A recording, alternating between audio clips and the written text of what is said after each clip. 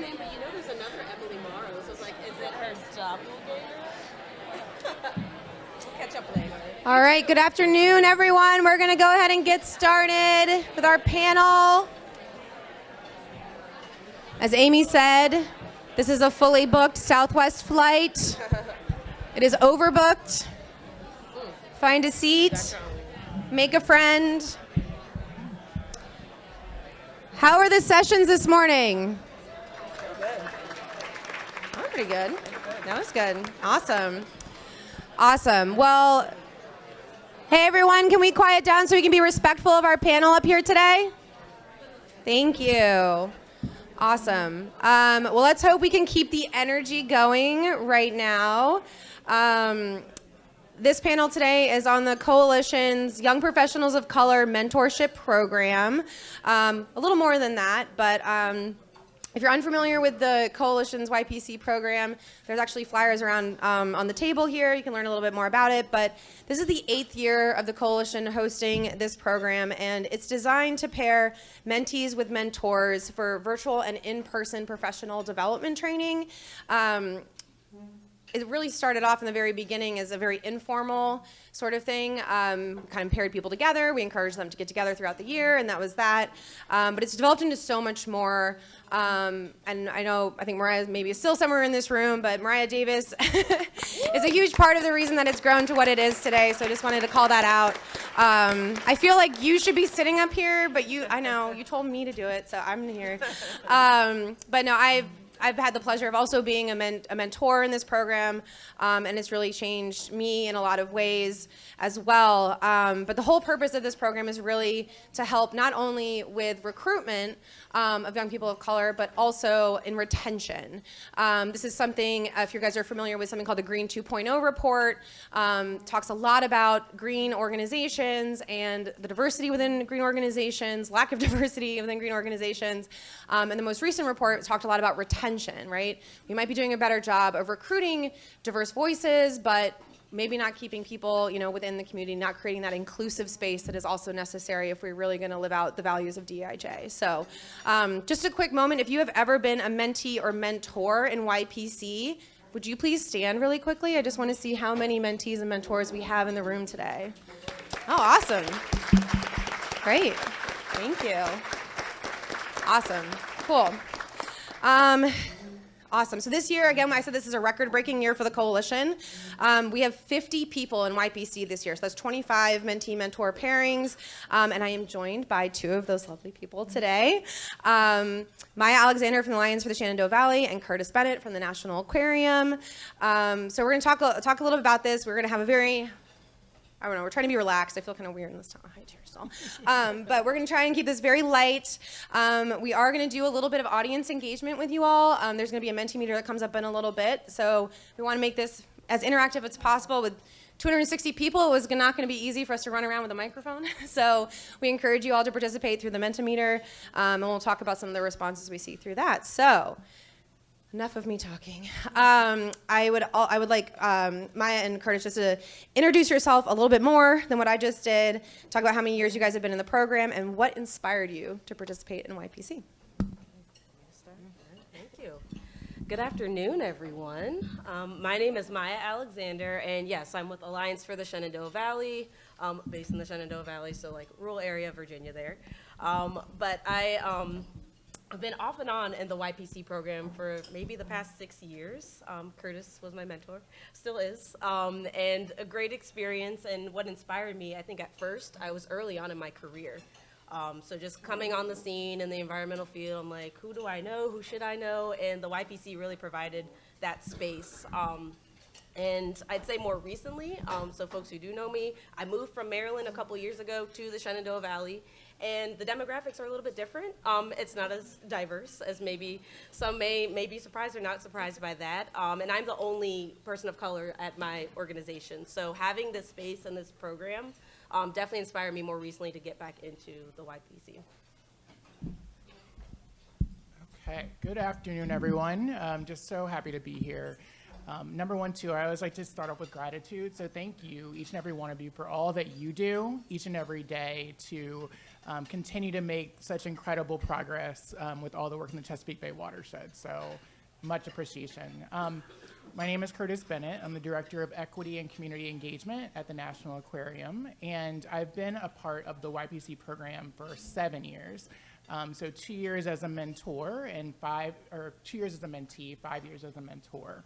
And, for my inspiration, it was kind of twofold. On the mentee side of things, continuing to build that community, someone that's always seeking advice and perspective to really help me understand how I can be the best version of my own self, but particularly building that consistent community of support.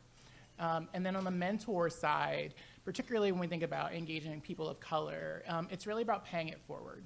I've been really fortunate to have had so many different mentors in my life. And in meeting with one of them, I remember hearing the best way to say thank you is to pay it forward, and to do that consistently. So, anything that I can do to be for someone what I might not have even had in terms of having mentors that were people of color, that's what I'm all about. Mentorship is one of my ministries, I like to say. So it's something I spend a lot of time doing and really, really appreciate the ability to support, to learn, and to grow both individually and collectively with that mentee. Great. So I know YPC, and we want to talk a little bit more broadly about the importance of mentorship today. YPC is just an example of that, but I think a lot of people in this room have either had a mentee or mentor at some point in their lifetime, hopefully. But and while mentorship isn't the end all be all for your success, and is you guys also in your own right are amazing people and do amazing work on your own. But how do you feel like YPC or just mentorship in general has played a role in your career development and then also your success? Yeah, absolutely. So I think first and foremost, it's important to give a shout out both to the National Aquarium and to my supervisor, Laura Banky, who's here. So thank you, Laura. And I think I would offer the same gratitude for any folks who are in this program, your organization, your supervisors, because what it's saying is that those organizations and those supervisors are prioritizing the space for you to be able to prioritize being a part of mentorship. Mentorship is something that we need, and it's not like the extra thing. It needs to be a part of what we do. And so having that structural support to do that is huge. So I want to start there. But in terms of success, it's number one, it's building connection and community, to be able to continue to have those people that are with you day in, day out, people you can reach out to, just as an individual. And then in terms of professional connections, we're always looking out for each other, even within individual pairings, but also as a collective. So it's helped spark partnerships. It's helped spark opportunity sharing that allow you to flex your gift, strengths, and skills maybe in different ways. So it continues to create different types of pathways for growth and learning, because we all learn and grow in different ways. So having multiple means of doing that is huge. And then I would say one final thing is, for me personally, it's definitely just been, again, being able to call someone or text someone to talk about opportunities that they see from me, or thinking about areas that I can continue to improve and grow, and have those really honest dialogues, again, so we can support each other to be the best versions of ourselves. Yeah, and I second that, all that Curtis said. And the growth piece too. Like I said, I started when I was early on in my career. So when I was in the Chesapeake Conservation, I guess it's now, and Climate Corps. I know there's some of y'all in the room a part of that program. But yeah, I was a part of that, and I've been part of the YPC starting from there. And then now as I'm entering my mid-career, maybe that's where I'm at now, I don't know. But really having access to the mentors, right? The folks who are more seasoned maybe and have navigated the field, and I can learn things from them. YPC also provides the trainings, which are so important and very valuable, where we talk about, how to negotiate a salary. Very scary, but you can do it. And there's other ways as well, that we, talk about combating imposter syndrome, which is also a big thing. But those trainings are also very important, and I think helped me as I've gone from my early to now middle career. So we were going to dive in a little bit more to some of the key benefits of mentoring for young professionals of color, but I feel like you both have really talked about that in some of the opening questions already. And so part of that, when we were kind of getting ready to do this, started making us talk about seeing each other and what it means to have a mentee mentor, be part of some kind of program like YPC that really sort of breaks people down so you can see a variety of the different identities that people have. And not maybe just the one that is the most easily presented or the one that you are assuming. And so I just wanted to talk a little bit more about that and what it means to really see people for really who they are and all the pieces of what they are. Yeah, I think really having the space in the YPC, like you're able to be your authentic, like not that you can at work, but let's be honest, like, in the YPC program, I see myself in others. Like, I'm like, all right, like, we're here. Like, there are people that look like me in this space. There are things like, I call it like a sigh of relief, or like, I get it, like, y'all get it. And that is so important. And I really do feel I can be my most authentic self. And so to your point, Kristin, like, yeah, like seeing us as people, not that we don't always do that sometimes in our work, but really getting down to like, what is your favorite color or whatever it is, like, what is it, that brings you as your whole person and then inspires you to do the work so that you can continue to do the work. Yeah, I think in terms of just program setup, and folks who know me well know that it's really about people first and foremost, who we are as individuals. We are individuals before whatever our titles are that we hold. So really getting a chance to understand who someone is and what they're about really helps build and foster that relationship with them. It helps build trust. And the YPC program, through those structured workshops, being able to do that not just in your pairings, but also in part of that broader community of people. Creating space for that constantly is huge, so that you can be honest and you can be open. You can let your guard down a little bit. You can be a little bit more relaxed and open about different conversations is really, really huge. And then, I would also say too that, really working with a partner in this pairing to say, like, what do we want that relationship to be, right? So as Kristin mentioned, mentorship is just one of many different types of relationships that one can have in terms of that type of support. And even within mentorship, it can look so different for different people. And so starting out at that granular, just like human level to understand, like, what do we all want out of this? And again, YPC has done some really great work structurally to help pairings come up with that and come to a space of agreement about, are we on the same page about what people want, what they need, and then we can kind of take that step forward and giving space and time for those relationships to authentically develop, because those relationships take time. We can't rush them. So having that space to do that. And then again, going back to the structural support of organizations, beyond the trainings that are scheduled, beyond the different touch points that different pairings will have, it's also important those organizations, supervisors, continue to provide people the space and time to explore those relationships. Because again, those don't happen overnight. Yeah. And I know you guys asked me to speak to anything as a mentor in the program for me, and I know Joe Toulon's not here right now, who is my mentee in the program. I think he'll be here tonight at the reception, though, so that's exciting. But when Mariah paired us together, Joe and I have almost completely different identities. And so I remember thinking, wow, he's going to be so disappointed when he sees me. But both of us, and we've talked about this before in publicly and everything, so I feel comfortable sharing it now, but we both realized that even when we broke down that further, right, there's more identities, again, like not just that surface level and everything, that we had so much in common. There was so much there that we could talk about and learn from each other, not just, me or him learning anything from me. I'm not quite sure how much he learned from me, but he did something. But the other way around, and so I think it's just so important, like you said, to just see people as other people. And so we were going to do a little exercise to see each other as people right now. So quick question, Curtis and Maya, what's your favorite place to visit in the watershed? Oh my goodness, that's a good question. I'm a big into outdoor time. I think my favorite place, Patuxent Research Refuge in Laurel, has a lot of sentimental value. I grew up 20 minutes from that site. I remember taking trips there with my family. I took students there as educator, and now working with the Aquarium, I've come full circle to work with them as a partner. So every time I'm there, it's incredibly surreal, both personally and professionally. Awesome. Maya?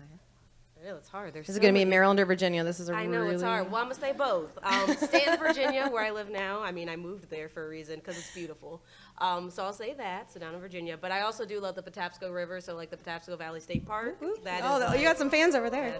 Yeah, I know the Heritage Greenway. I know. I see y'all. Favorite food? Ooh, that's hard. You're 'Cause I in like a lot of Maryland. Remember, food. you're in Maryland. I know. Blue crabs then. All right. See, I'm gonna double down on the blue crabs as well. all Tis right. the season. Right. All right, so now we want to learn a little bit about you all. So we're going to have a little Mentimeter screen pop up here. And if you've never used Mentimeter, we had a lot of fun with it yesterday. But when it comes up on the screen, you will see a QR code that you can scan with your phone using your phone app. If you're not connected to the Wi-Fi, we highly recommend just doing that first. It's free. You just have to tap the Wi-Fi, and then you're connected. There's no password. But you will have a QR code, and you'll scan it, and the Mentimeter will pop up. There's also a way to do it by going to menti.com and then putting in a code. So just give us a second, and we'll get that pulled up. Or maybe not. Ah, there it is. Yay.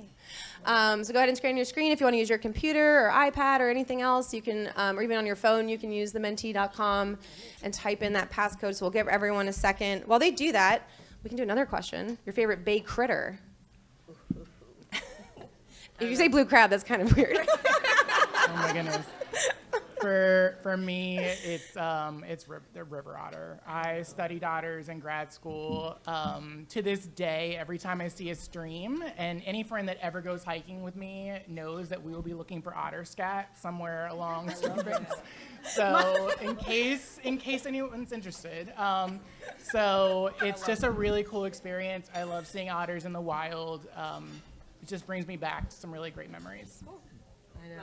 I love river otters as well. I saw one in Natural Bridge. It was very cool. He was getting something. But I guess I like freshwater mussels. Those are like... Some Anacostia Watershed Society people? I was going to say, this is from freshwater mussel I people. have a poem, a spoken word. I won't do it right now, Oh. but about freshwater mussels. So, you know. Yeah, I was gonna Later. Yeah. See, we're seeing people as people. Look at this. What happens? You get synergy around mussels. This is great. And it's interesting too with this exercise. For one of the training sessions that the YPC program did, it was actually a kind of who knows your mentee mentor best. So we had some kind of like really great like Q&A, like almost like you have to raise up the card at the same time, and if you all have the same answers. So again, I want to applaud the program for walking its talk in terms of building that connection as people first. So we were asking ourselves, like, do you know your mentor or mentee's favorite food, or what their favorite space is? Because that's at the foundation of it, right? And so it shows how in depth you've been able to get with a person. So I want to applaud you all for modeling that. All right, so I think we're ready to put you all on the spot and ask a question. So first question should be up there, and I'm sorry to our panelists, you guys can't really see it, but I do have it on I should have it on my phone. So it's what's your favorite food? We're gonna go in that frame, so I'll show you guys what they're saying up there. Let me see. Ooh, borscht. Oh my God. That was not what I was expecting. Oh, that was new. All right, tacos, pizza, pupusas, pasta. Oh, I see sushi up there. Let's see, curry, ice cream. Pizza's holding strong. Pasta's making a run at it. Tacos, Royal Farms, fried chicken. We had a whole conversation about that last night, and I thought it was the person, and it's actually someone different, which is amazing. Yes, Rofo fried chicken is the best. Delicious. All right. Yeah, pasta, tacos, pizza, ice cream, pupusas, and empanadas is coming up. Mm-hmm. Just chocolate, just awesome. Yeah, and like literally, I was meeting with one of my mentees this year, maybe a couple of weeks ago, and both of us realized that we show love and support through food. So we were having the same conversation about favorite foods and getting together for a potluck or like a dinner in that regard. So these things do show up in terms of, again, within the realities of the program. We're not just having y'all go through exercises for the sake of that. There's a purpose. Yeah, absolutely. Like there's really powerful connections to building rapport with people that you're engaging with each and every day. Yep. All right, so a more serious question. What word comes to mind when you think of mentorship? I think we're looking for like one word answers, but I think it might do 2 words too. Ooh, intention. We're gonna okay. Support, allyship, empowerment, guidance, growth, empowerment, friendship, learning, connection, advice. These are good. Teaching, sharing, trust. Setting an example. How long I saw it there. Interesting. Opportunity, yeah. So guidance, support are definitely the biggest ones. Advice, growth, learning, connection, friendship, leadership. Any thoughts on any of those words coming through? Sound about right? Sounds about right. Sounds about right. So, yeah, right. support is huge. One of the hats that I wear is kind of associated with the Association of Zoos and Aquariums that just published a report kind of focused on barriers to upward mobility for women and Black, Indigenous people of color. And mentorship came up time and time again of where that industry could continue to improve and support people in a more meaningful way, to provide that support that people need to help people kind of matriculate into leadership opportunities.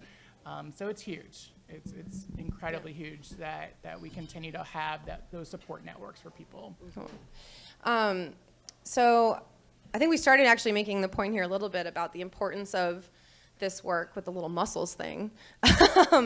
But sometimes it is hard for people to see the connection between creating that inclusive culture. We're seeing people for who they are and not just something, people coming in, just doing their work, leaving, the importance of sort of embracing the real concept of diversity, equity, inclusion in our work. And how do you all want to talk about, or how do you all see the impact on our goals when we really do fully embrace that and create it as part of the culture of an organization?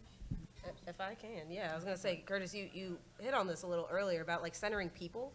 And I feel like that's what this is doing, right? So yeah, DEIJ, having these mentorship programs, like really centering on the people first, because we're the foundation, like the root of a lot of the causes and the solutions, and really being able to see each other for who we are and make sure we are supported so that we can continue to do the work, right? Because it's not easy work.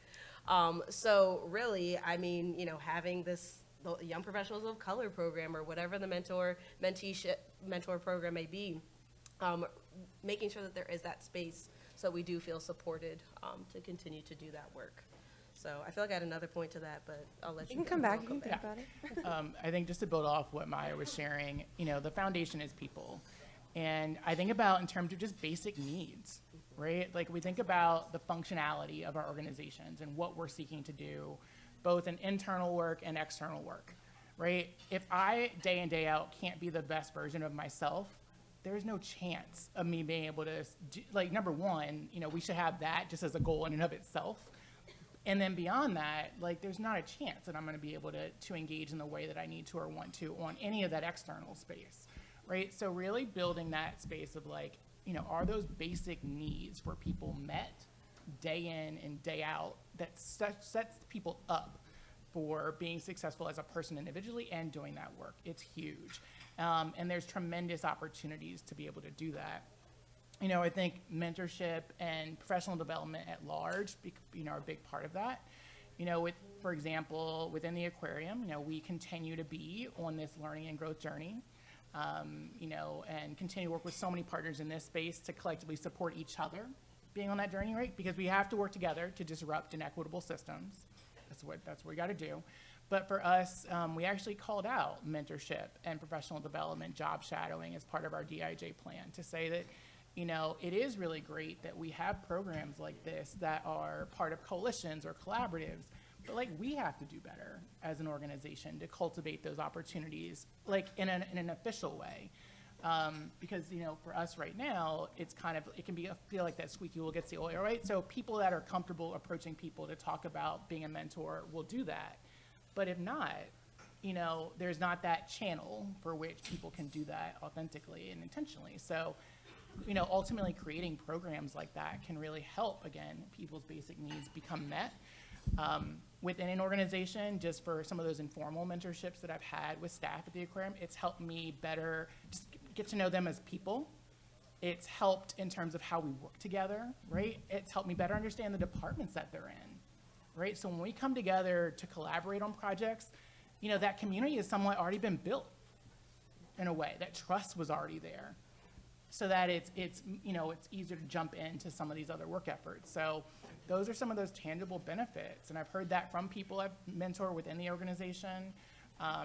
So it's definitely important to make that connecting thread of like building out programs like this, supporting engagement in programs like this, because it's root again. It's supporting people, and people are our biggest asset. It is our biggest opportunity and resource to continue to make sure people are supported in the way that we need to be. And that was my point, the basic needs, making sure they're met.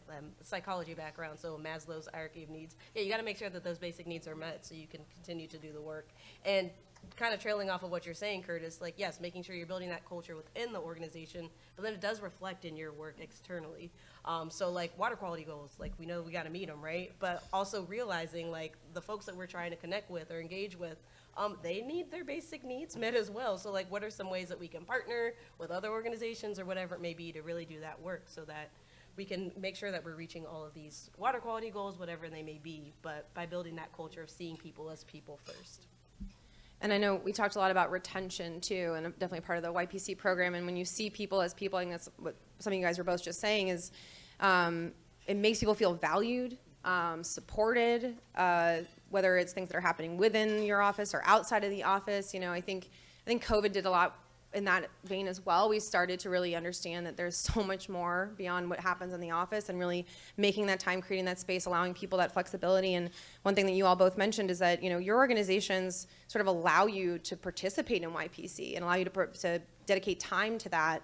A lot of our trainings are during the workday, and so they're allowing you to take that time out of your work plan to participate, and that's showing an investment in both of you. So we did ask everybody on this up here, have you had a mentee or mentor? And a resounding number of people have had a mentor. I mean, we're in good company here. It's like 99? Yeah. 99 people have responded that yes, someone else, there we go. Over 100 now, good job, guys. And then some people, sort of, the 33 people said maybe, they weren't sure, they didn't define the relationship quite specifically, but had some kind of mentee or mentor. So very few people that did not, so that's great. So we're in really good company there with all these folks.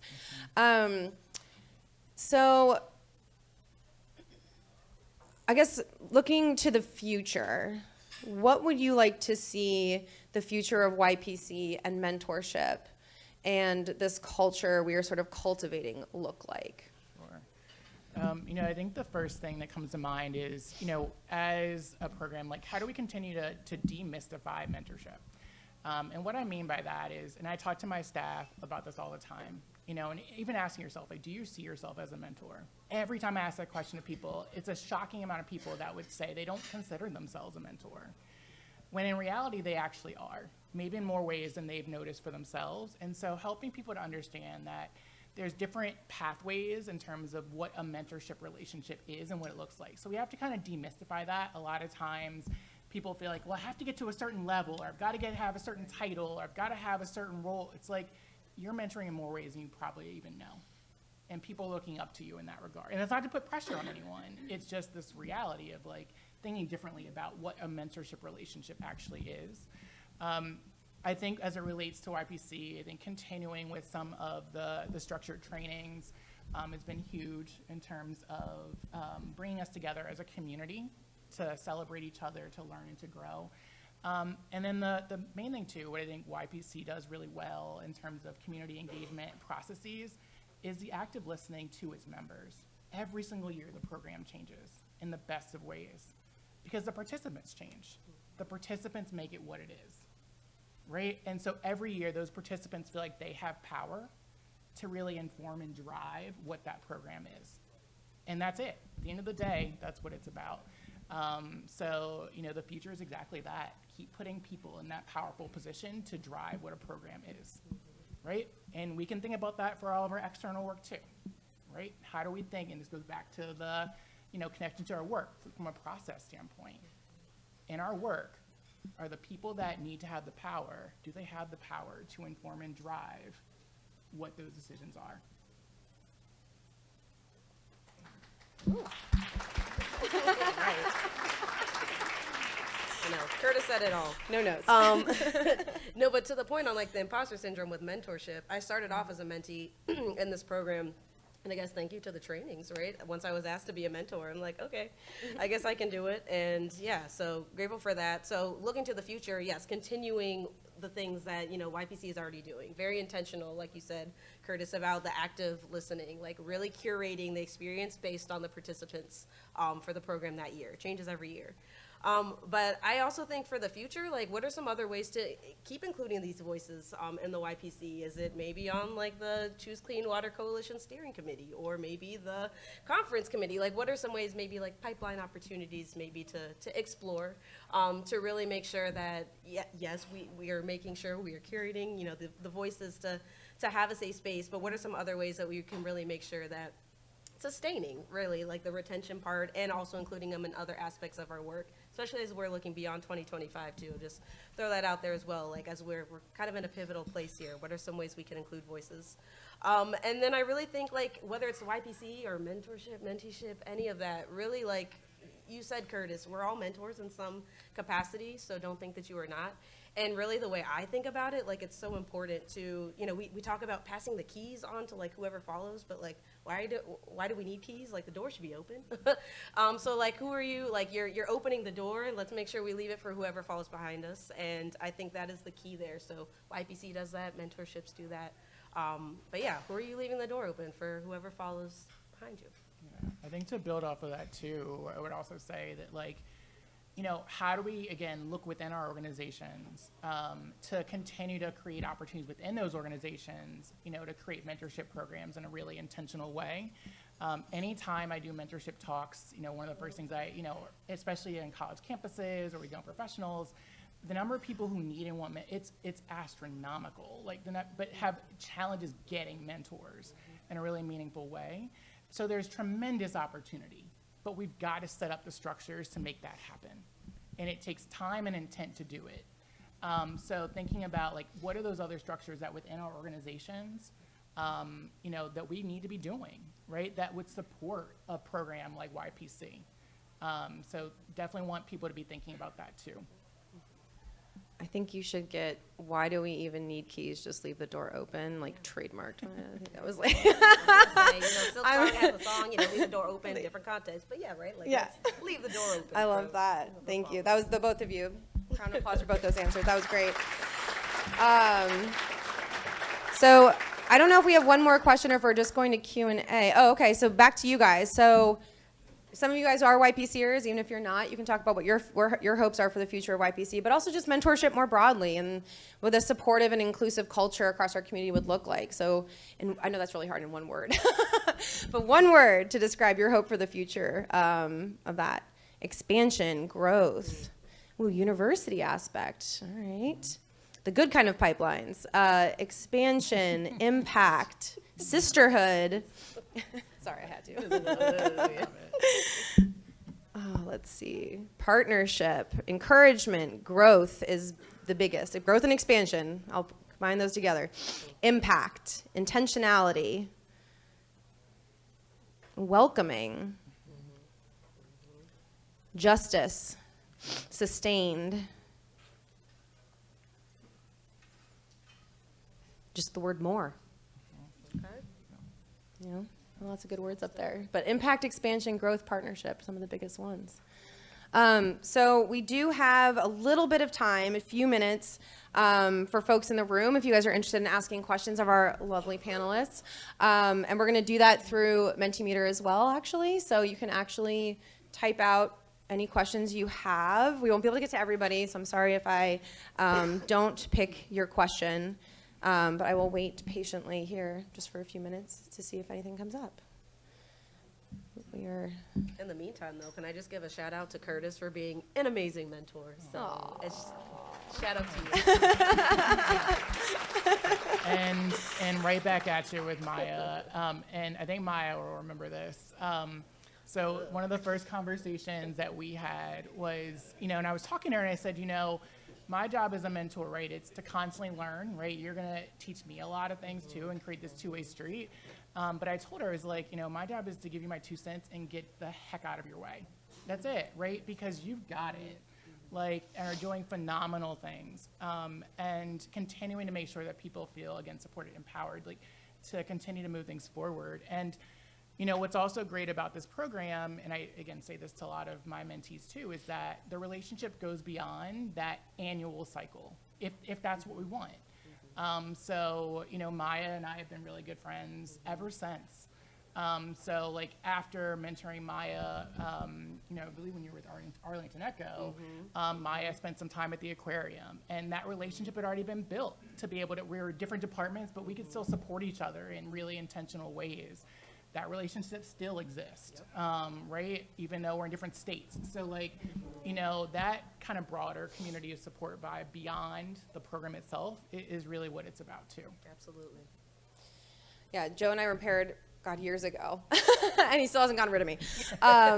We just had lunch last week, so it is hopefully what we hope for is to be an ongoing and long-term relationship and partnership. So one question I have that came through is, how do you become involved in YPC? So that's a great question.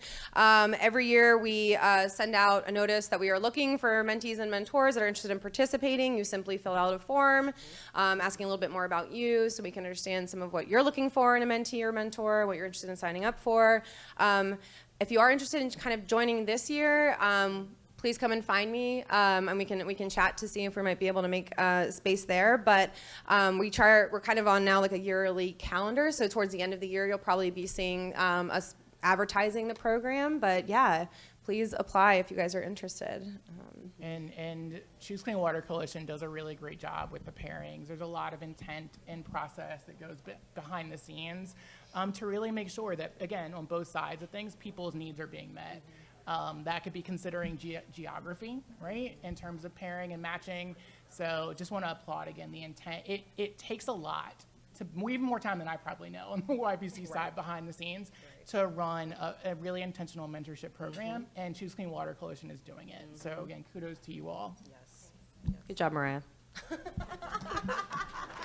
I always called Mariah a matchmaker. I was like, you literally are making matches. I didn't see any other questions come through on my little tiny phone here, unless there are other ones. I think that was it. Oh, gosh, sorry. Oh, sorry, I just don't tell. Does the Aquarium pay its interns? Ooh. Yeah, great question. So I will say, Laura? I will. So I mentioned earlier, right, that we are on a journey. That is a constant learning journey. And I appreciate whoever asked that question, so thank you. We've definitely recognized that there is a need for us to really thoughtfully look into that. You know, we're, as an organization, we're, you know, holistically across all of our programs, we're not there yet. And that's the reality. But there's an acknowledgement of that. And with that comes conversations that are ongoing about what would that look like, especially for us to be able to do that sustainably. I think that's there. So we definitely continue to do the work to dig into that. And it's a direction we know we want to head in. It's just we've got to give ourselves time to get there. And to be equal, we had a question come in about the coalition and our diversity that we have on our steering committee. And it's definitely something that we've been grappling with, as many organizations have as well, and wanting to walk the walk and talk the talk. And so something that we're going through is those really tough conversations and challenges about changing our governance and talking about what needs to happen, right? And you brought it up. The YPC member being on the steering committee is something that has been talked about as, you know, providing just diversity of perspectives, but also just like a whole new generation of people that might be able to participate in what we're doing. So definitely ongoing conversations, and I have to stop because I am being told I have to, so I'm really sorry. There are a lot of other questions, but if you have more questions about YPC or anything the coalition is doing in this space or on DIJ, please feel free to come up to me. I'm just going to say that they come up to you guys too. A big round of applause for our panelists. They were amazing. Thank you so much. For all you guys do, for everything in the movement. You also are just amazing people and a pleasure to work with. Also, shout out to all of our funders. This is not possible without the funders that support YPC, especially we get a lot of funding from the Chesapeake Bay Trust Capacity Building Program, funded with the CBFN funding there. So, you know, just a really, really, you know, big part of what we do. So thank you all so much. So we actually have a very quick video to show you all before we transition, talking a little bit more about the 15th anniversary of the coalition.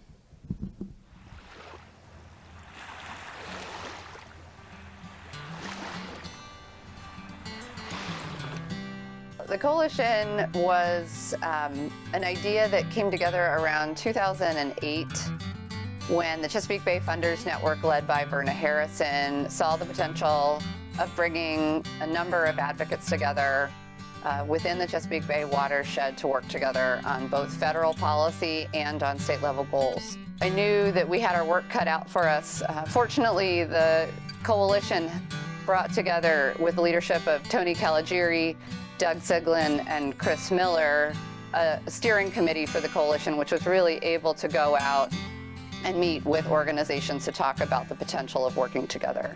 And we launched the Choose Clean Water Coalition in May of 2009 with 60 members on Capitol Hill. The Choose Clean Water Coalition is an organization made up of now more than 300 nonprofit organizations across the entire Chesapeake Bay watershed. I think there's nothing better than walking into a room full of like-minded people who, while they're coming from maybe different aspects of our work, we're all working towards the same thing. And meeting people not just on what they're working on, but like also on a personal level. I think there's something to be said about the personal relationships that you make and how much better that is for our work and how successful we are. But that wasn't something that existed prior to the coalition. There were very much people working in silos, but no one was bringing us all together. And so not only were being brought together to coordinate on policy and language and communications and advocacy, but also just like this community and this network. Well, you know, I look at the Choose Clean Water Coalition as, you know, the power of 10. When you get 100 groups together, it's not the voice of 100 groups, it becomes the voice of thousands. And that power is really hard to put into words. And I think that Choose Clean Water Coalition has organized it and used voices from all the states in the watershed and all different kinds of groups. And by bringing those voices together, there's a crescendo that gets created that's pretty priceless. We need to be open as organizations with hearing other perspectives and hearing other ways of doing things. And again, to go back to your original point about the value of a coalition, I think it's sort of that old adage that if everybody thought the same, nothing would ever get done because nobody would ever be able to see anything any differently. Being able to have people that have different experiences and have different ways of doing things, I think is the only way that you can really have success in doing something. We didn't know that all of this was going to work. I mean, there was still that idea hanging out there that we weren't going to be successful, that people wouldn't work together. And so the launch of the coalition, that first conference, and everything that's happened since has proved those people wrong.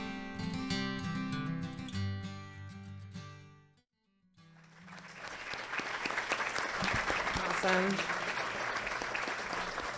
All right, it is now my pleasure to turn the mic over to our Choose Clean Water Steering Committee member and current YPC mentor, Nikki Gorbaday of Ducks Unlimited.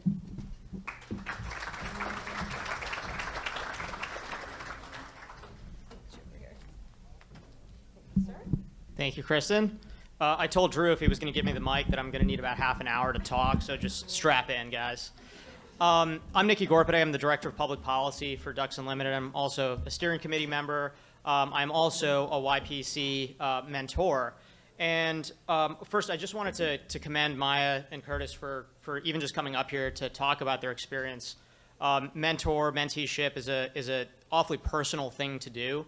And it really forces you to be vulnerable with somebody else. And that, one, takes a lot of time, but also can be very difficult to talk about with other people because of those vulnerabilities that we're not always used to doing. And so thank you guys for coming up here and really talking about the experience. I think it really highlights how important those relationships are and how important they can be for both of us, both mentors and mentees. Up until this year, actually, YPC was just an acronym to me and the sea of acronyms that we all deal with.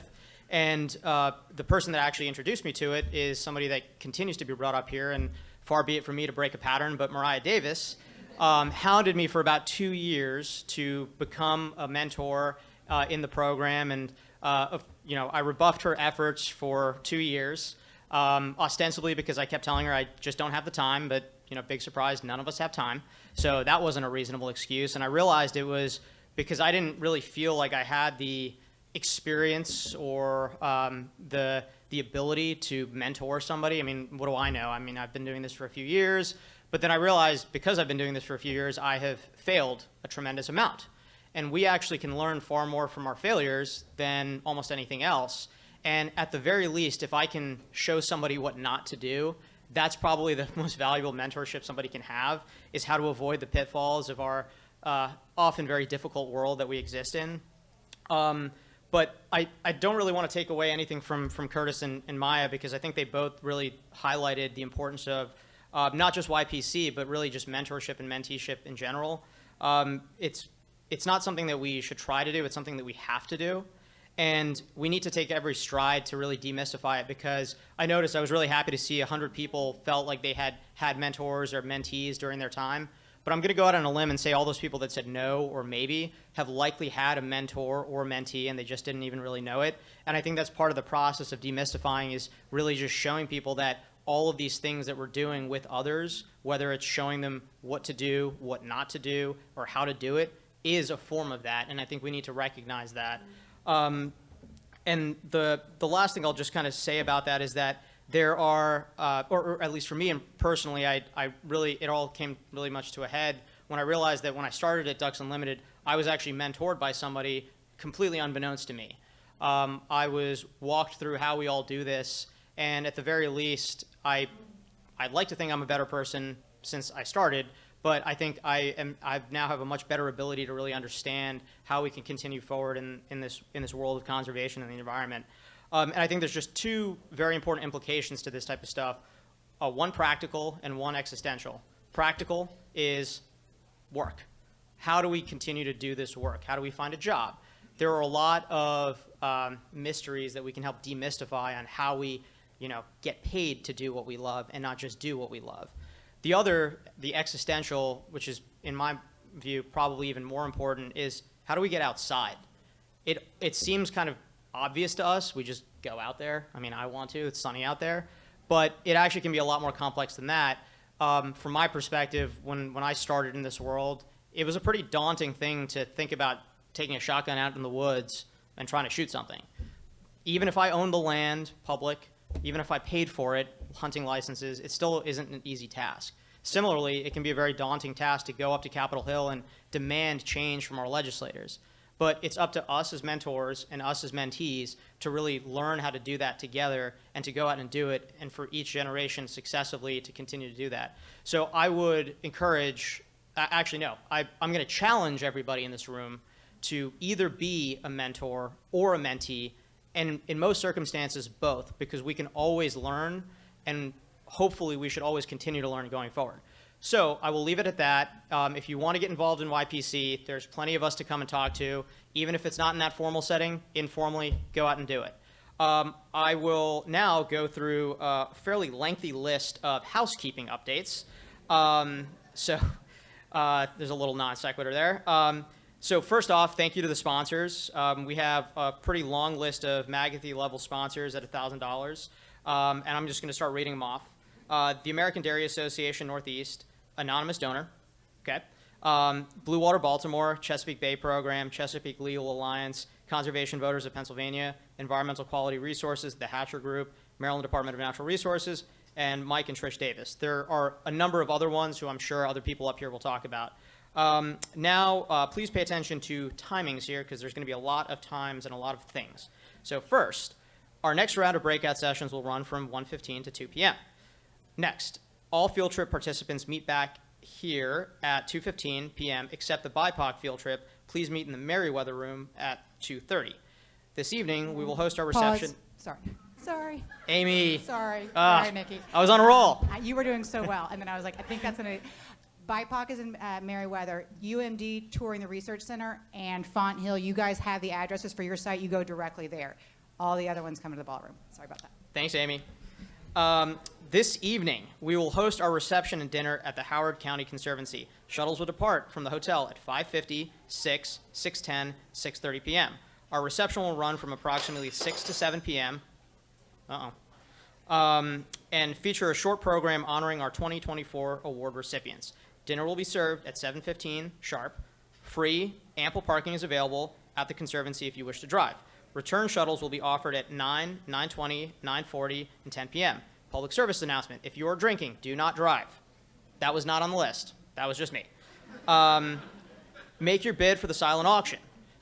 There are many amazing outdoorsy packages. Bidding is open until 12 noon tomorrow. We will reconvene here in the morning. Breakfast will be offered from 8 to 9, similar to today. Our networking sessions will run from 9 to 9:45 a.m., and our next round of workshops and learning sessions will begin at 10 a.m. Lastly, for any nursing mothers, please see Amy to see if you need nursing mother space. Thank you, everyone. Thanks for all the support. And I will pass it on to Kristin.